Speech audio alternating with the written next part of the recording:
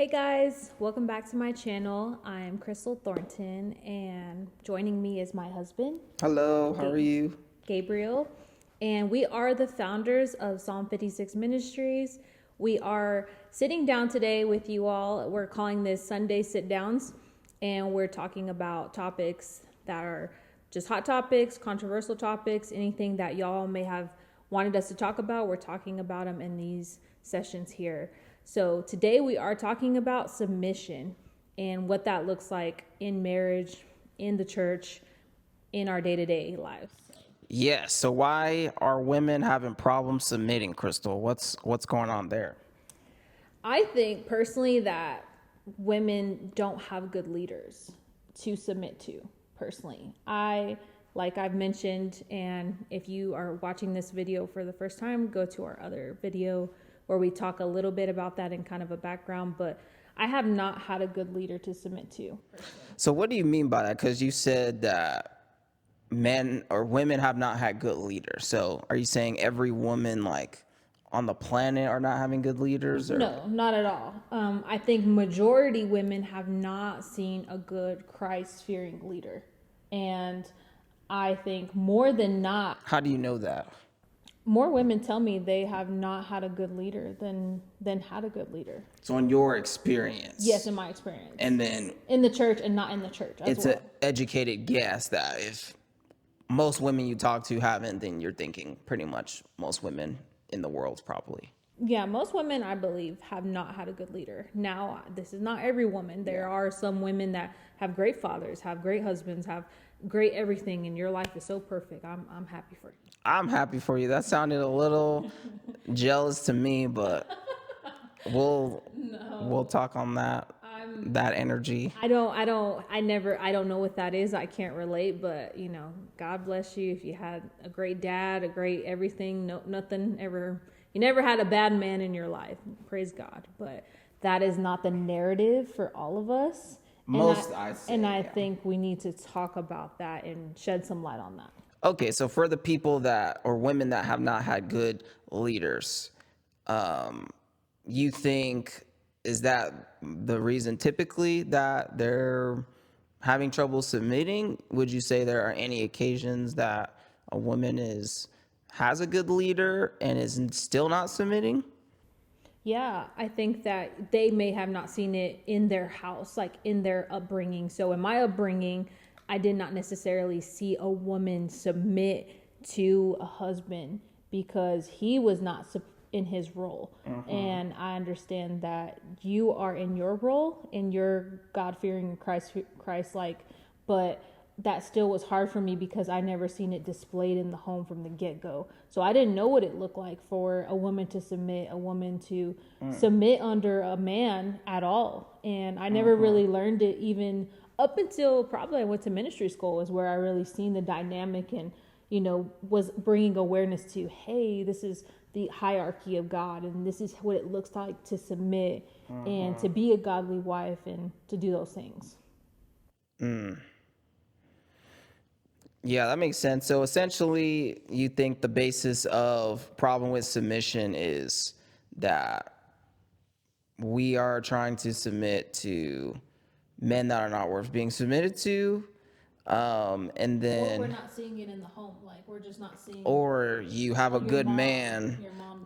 like me, and you had some challenges submitting to me. Yeah. Or culture. I think culture really, in our Hispanic culture, women are very dominant.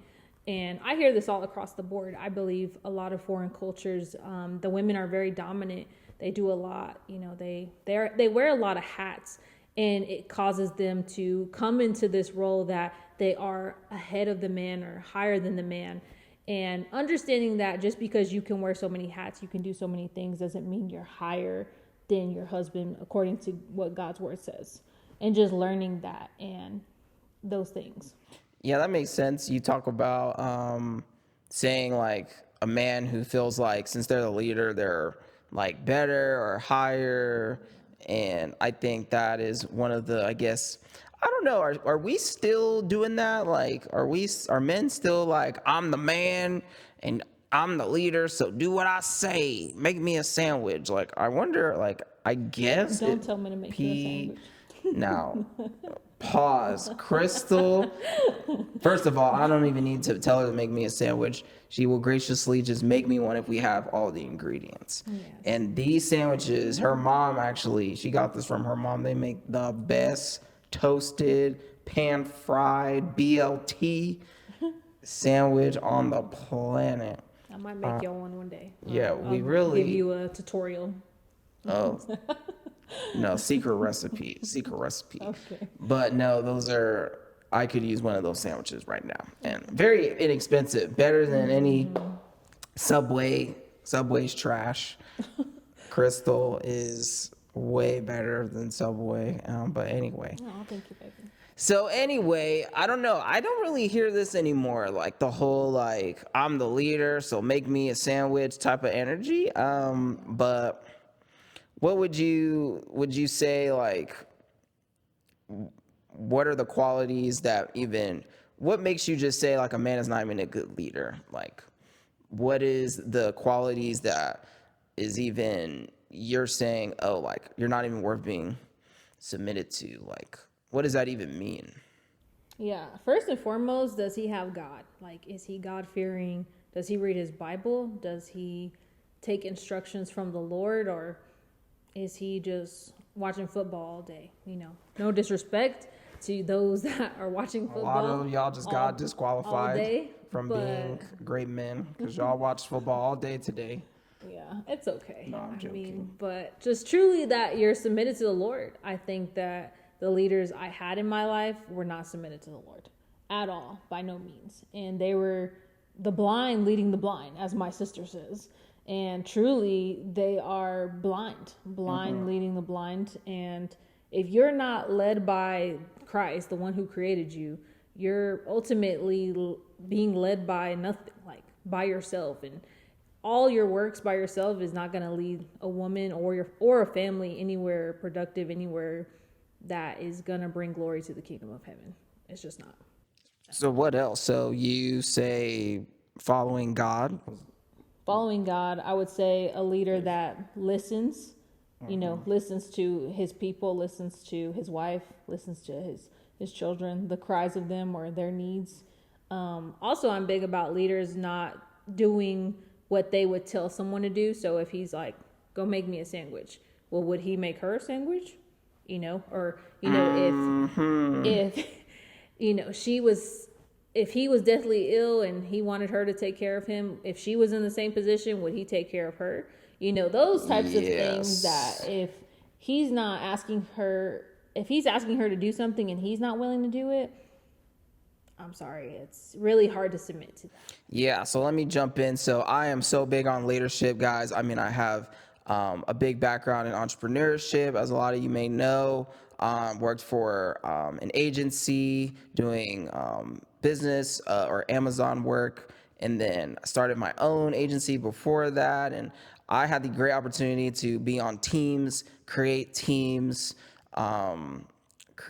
products, and truly understand like what it means to lead projects. And man, in premarital counseling, we learned that marriage is similar to a lot of things, and one thing it is like is business. I mean, it's like business so many ways. Yeah. But one thing that I can say for sure is that a good leader would do whatever they would tell their team to do, period. And I think like that is a great quality that would make someone want to submit to you. It's a matter of time before you are telling people what to do and they realize like, man, he's not even doing that. Like we're no longer inspired, to do what he wants us to do. And then I'd say a good leader is someone who listens to their team. So I could talk about this in a whole nother video, but don't think it's that great. Let me know in the comments if you want a Gabe talk on leadership, and send this to the man in your life. Maybe we can help y'all out, but possibly joking, or maybe there's someone who actually would want that. But I think the second thing is just listens. Like, I think a great leader doesn't just tell someone that I want a sandwich and their mindset is only on what they want. A good leader will actually consider first the person making the sandwich. They would wonder, are they available? Is this something that will take them away from what they're focusing on right now? Are they able to make a sandwich? I don't know. Did I say that already? What's another thing? They Like, have all the ingredients. is this like, do they have enough sufficient time? Like, a leader is thoughtful. A leader is just very, they put themselves last. Yeah. And I think that if you are unfortunately with a man right now, married or not, and you're seeing, first of all, if you're not married, we need to talk. Email us. Email on the screen. We are unofficially starting a premarital ministry. We'll talk about that later, but we will have in the future, we're gonna have a series where we pretty much let people come in live, and we actually will give live advice to people on anything and everything that we're qualified to talk on. But I think if you're not married, then I don't want to say run. That's what I really want to say. But let's slow down and reconsider how fast we might be going. But if you are married, we don't believe in divorce. I think, that's a topic. That's divorce. Great topic. Personally, I'll speak for myself. I don't believe in divorce on most circumstances. I think in the worst of the worst, you should leave the home and kind of work things out. But we'll get on that in another video.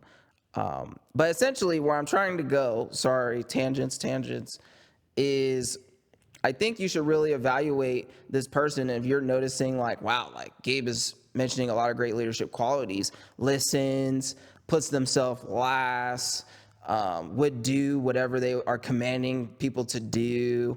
I think, it's a good conversation to just have, I guess. But if we look at Christ, I think Christ is the obvious best leader there was. He's saying that the best love there is to die for one another. And he said that before, I believe, he even died. Yeah, and the Bible even says that for husbands to love their wives like Christ loves the church. And what does that mean? Like, I was thinking about that today in my, quiet time with the Lord. Like, what does that mean for Gabe? Like, he must die to himself. Yes. Christ went to the cross. He was beaten. He was mutilated. He was spit on. He had a crown of thorns. He had 39 stripes on his back. Like, what does that mean for my husband to love me like Christ loved the church? Like, die in the cross, in Calvary, like Christ was showing that he loved us, and like that is what you are called to do. Like, die. That's scary to me, like in a way, like in the most like reverent way, but it is like God, like I am God fearing of that, because that is a big role in a big shoes to fit, like. Yeah. And I don't want to fit that personally. Like, with all due respect, I don't want to do that. Yes, a great talk on feminism, because women are saying that they can do whatever men can do, which is predominantly true, but that doesn't mean that you should be doing it at the capacity that men are doing it. Men are, let's say our muscles are at, I believe the density, I'm not a physical trainer or anything like that, but our density, I believe, is about 2 times more. It can get 2 times bigger than a woman's density can. And I believe that would mean that we can lift a bigger weight. But if a woman is trying to lift a weight that her muscle density just doesn't allow them genetically to do, then a lot of injury can occur. And I just think that a lot of that feminist kind of talk is not considering that we women were not necessarily created to typically excel in certain areas that men are typically excelling in. And I think it's intriguing, but it's a blatant attack by the enemy, and it's a very good attack. It even says in Genesis 3, I believe at the top of 3, it says that the serpent was the most cunning of them all. And yes, and all cunning of all the wild animals. And that is actually Satan in disguise.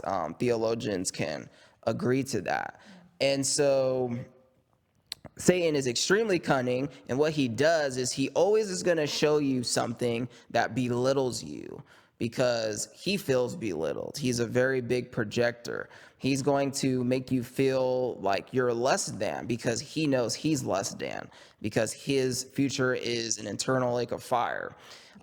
He's going to tell women that they are being talked down to and that they should revolt. And that kind of just twists it. It's the greatest gaslighter is Satan himself, and he's twisting kind of the conversation of, you know, what a woman is and what she should be able to do. And it just is always this conversation of, what, you're just gonna, it kind of reminds me of the instigators in high school, like, oh, you're gonna let them say that about you. And I think God has such amazing destinies for women doing things that men can't even do. And it's kind of intriguing, like men actually get their, or I should say women are actually getting what they want, or the feminists in that case, because you think about it, they actually are able to set themselves apart, which in a way I feel like is what they want, to be told like, no, we don't belong in this class, we're in this class. But if you really seek the Lord, he will show you there is so much about you, honey, that we can never do. I cannot, I'm not going to name things or people might call me sexist, but there's a lot of stuff, like, I guess the way that Crystal loves on Isaiah, or the way that her brain works in a certain way that sees certain details that I'm incapable of seeing, because my brain was not made in that way.